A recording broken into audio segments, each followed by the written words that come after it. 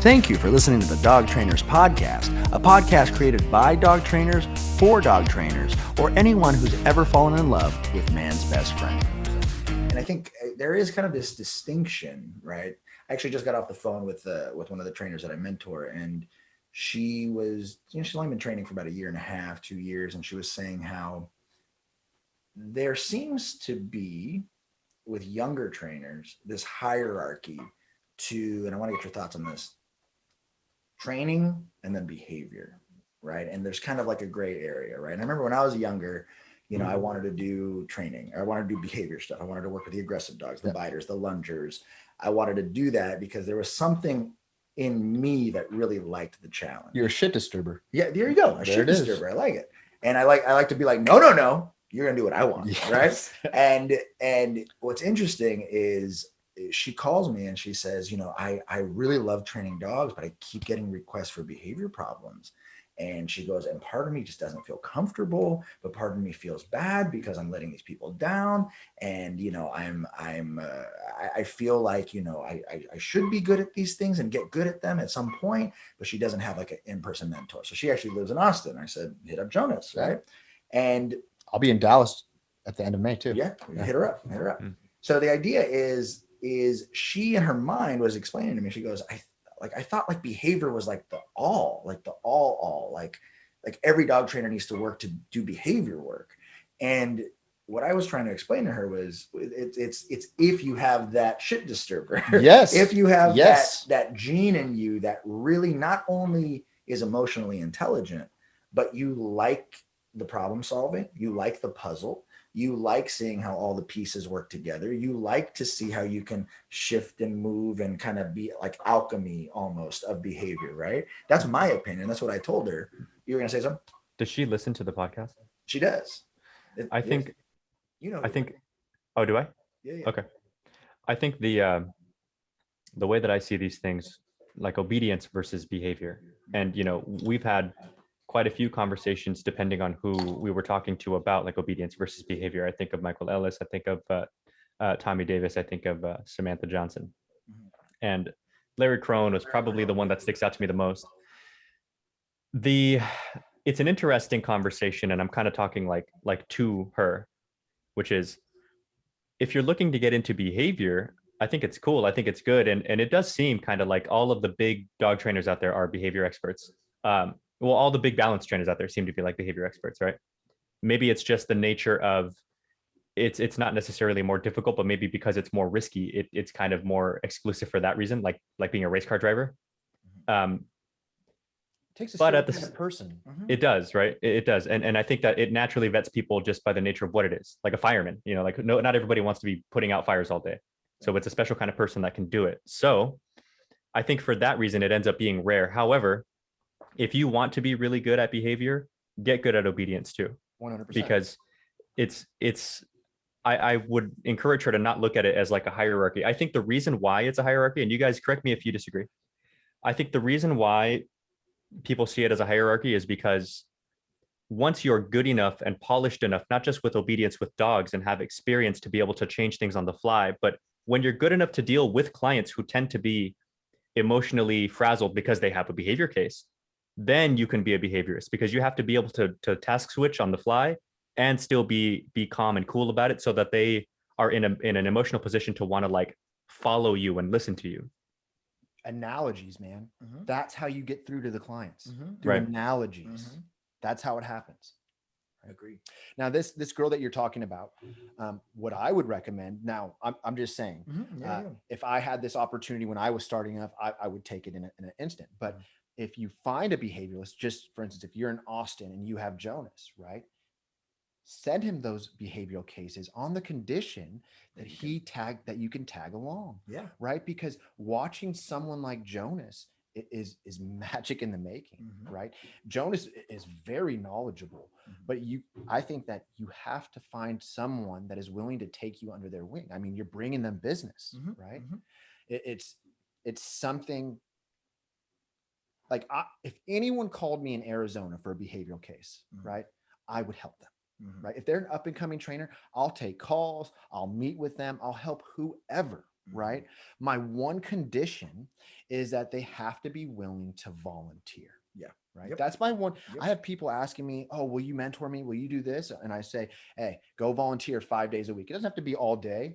Volunteer an hour a day, walk the difficult dogs, and I will help anybody. Right. Because the problem is if you're unwilling to sacrifice this much time for the greater good of a few dogs, why am I going to give my X amount of years for free? Yes. Yep. And I think that's kind of if we go back to what you were talking about when you were first starting, you know, I fell into dog training. That story is later, but the fact that there are a lot of people who are gatekeepers, or there's this fear that I am going to train my own competition, that scarcity mentality, that I will train someone. But that's all wrong. I know. I'm just saying what their mentality. I know. Is, right. And I'm going to train someone. I don't mean to interrupt. Sorry. You don't have to whisper, man. It's a podcast. It's my first one. It's my first one. Okay. So if I'm going to take on someone that's going to work for me, right? It's hard to find good people. Right. I'm not taking them on unless they're as motivated as me, because I want them to be my competition in 5 years, because if they're my competition in 5 years, it's going to elevate me to the next level. Exactly. That's what I tell my trainers too, is I want people who want to grow. I don't want you. I told them, and I explained after, because I guess it can sound kind of harsh at first thought. Like I told them, I don't really want to see you in 6 years. No. I want the next new person who, you know, I want you to be somewhere where you don't need me anymore, you know, or, you know, if you really, really want to grow with the company, then great. I will find like a position, you know, for somebody who really wants to grow. But that's kind of the approach that I've been taking with people, and that I intend to keep taking with people, is I want the go-getters. Agreed. And so so what we've ended up becoming, strangely enough, we've become, you know, we get hit texts all the time, DMs all the time, emails all the time of people being like, I have a problem. And I think one of the big things I would love with this podcast, just thinking out loud, would be like, okay, mentorship does not exist through the YouTube academies, right? The YouTube academies, right? You're only getting a glimpse. Yeah, you're getting, exactly. And so always what we say on the podcast is we say, you know, it's not that things on YouTube are wrong, it's just they're incomplete. Yes. Right. And so there tends to be this need for mentorship, and there's really excellent dog trainers out there. And there's also kind of this weird mentality. I think Michael Ellis mentioned this. He said, you know, instant gratification type stuff. Right. And, you know, I've been doing this for 13, you know, and when Larry Crone says I've been doing it for 25 and I just spent $10,000 on a I think it was Ivan's seminar. Ivan's seminar. Oh, dude, I've been taking some of his courses online. Yeah. Oh, it's so sick. His fetch. His fetch. If you're gonna take a play one? Yes, chase and catch. So good. Watch it. I use it now, right? I mean, it's amazing. Like I've ordered a couple of his classes now, right? And I am pleasantly surprised at what I learned through his videos. 100%. Right? I mean, 100%. He's good. He is. You know who told me that? What's his name? Cat's Dog. He's the one who it's another trainer. I might have butchered it, but he told me to check him out. And when I watched that catch and play video. Catch and chase or catch and chase play, whatever. Catch play. It is one of the most amazing. And then he shows you the process. He shows you a dog that doesn't like to play fetch, right? And then in 10 minutes, it's crazy. Boom! Yeah. It happens. I mean, I really like Michael Ellis, but I really like Ivan. I really like Ivan. I'm right there with you, man. Special guy. That's a special guy. He's sick. And what were we gonna say? What was I saying? Oh, this idea that like even we're learning. We just happen to be several years ahead of somebody. We have to be maybe 1,000 dogs trained more than that person, right? And I think, you know, that's as I don't want to call us elder because we're not old and there's elders above us, but we're just more experienced dog trainers, where I would love it through this podcast is to kind of create networks of other trainers to be like, hey, you have a question, you live in this city, call this person. Yeah. Hey, you live in this city, call this person. And so, I would love it if you could be on that network, man. Bro, we should create a website with this stuff. Yeah. Right. And that's a good idea. And have like in every state, like, but it's not something that you could just be on. Yeah. It's something that you have to go vet the people. Yep. So like 100%. In Austin, you have Jonas. In Phoenix, or you're in Phoenix too, but you have me and right. Yep. And then it's a situation where the up and coming trainers know where to call and know where they can get the help. Right? And that's the bottom line is like, I was fortunate to have a mentor for 10 years. Yeah. So not everyone is this fortunate, right? I got off the phone with a sweet gal in Boston the other day, and she had only trained 3 dogs, right? She's learning online, and I helped her as much as I could to help her kind of just shape and trying to help her problem solve. And I just pretty much said, you find a trainer and work under them. Give yourself a year, minimum a year, before you start taking clients, right? Like, you can help a dog as much as you can. You might be able to teach a leash walking or how to introduce a tool, or you might be able to do that because you are mimicking the video that you watch. I said, but you got to get dogs, and you need to have supervision to be able to have someone coach you through the troubleshooting, because that's the only difference, right? Like, what's the difference between a good mechanic, a bad mechanic? A good mechanic can hear that sound and go, carburetor, oh, that's this or that. Well, it's like in Arizona with the Love Pup Foundation, they're opening up a new facility. If someone, an up and coming trainer in Phoenix, straight up, if you want to foster dogs, I will mentor you for free. Perfect. You go foster dogs from the Love Pup Foundation. You can have my number on speed dial. But this isn't a situation where it's one and done. It's a commitment, right? Commit to fostering 1 dog at a time for the next year, and you got me in your back pocket. Yep, 100%. I think that's great motivation. And also, it gives people, there's a lot of people who understand training, but they need to actually put the work in with an actual dog to see the process and the results. 100%. So I think that's great. Well, that's something that I notice with most newer trainers is the theory is there. The application is where they struggle. And I think it's one of those things, like something that we've coined a lot on the podcast, John, is this idea of like white belt dog trainers. So I do jiu-jitsu. I like the belt system, and I like the way that it's explained among jiu-jitsu practitioners.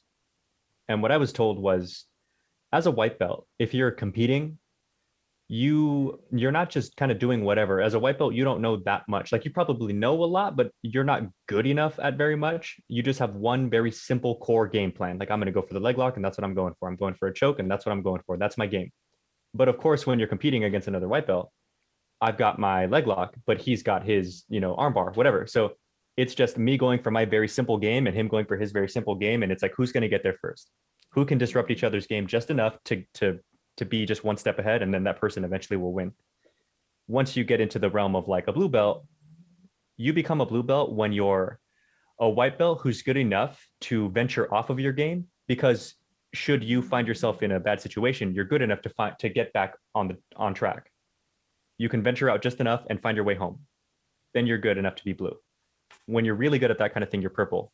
Brown is you're like you're almost a black belt. And then once you become black, what I was told was like, the day you become a black belt is the day you become a white belt again. Your job is to explore. Your job is to treat everything as if it's new. Only now you're good enough that you can dabble in everything. And so when I liken it to newer dog trainers, in my head and from what I've seen, a white belt dog trainer, somebody who's really, really new, or somebody like an intern or something like that, they've learned enough to know like some basic theory. It's not like they know nothing, but they're so rigid in their information because they can't really afford to like go off the rails. Otherwise they get lost. And like the lesson loses its momentum. They spend too much time talking or something happens, right?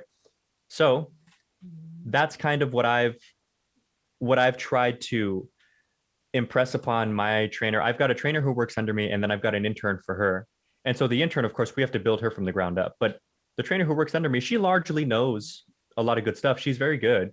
We're just tweaking a few things here and there. But where she struggles the most is just putting it all together. Like, I know you know your stuff, but why didn't you move from this to this? Or why didn't you explain to the owners when you move from this to this? Because this is information that they have to understand. So little things. You think Go about ahead. seasoned vets. They don't know how to explain it to the owners. Yeah. That's the struggle, man. It's very difficult to find that mentor that's going to show you how to do it the right way. Right. It's like, if I am fixing with my behavioral cases, 99% of the time I'm fixing other dog trainers' errors. Yeah. Other dog trainers that have made guarantees and talked a big game and couldn't hack it. Right. And it's the problem is that people need to know their limits. Right. Stay in your lane. If you're an obedience instructor, be an obedience instructor. Right. If you're in behavior, get with it. Right. Right.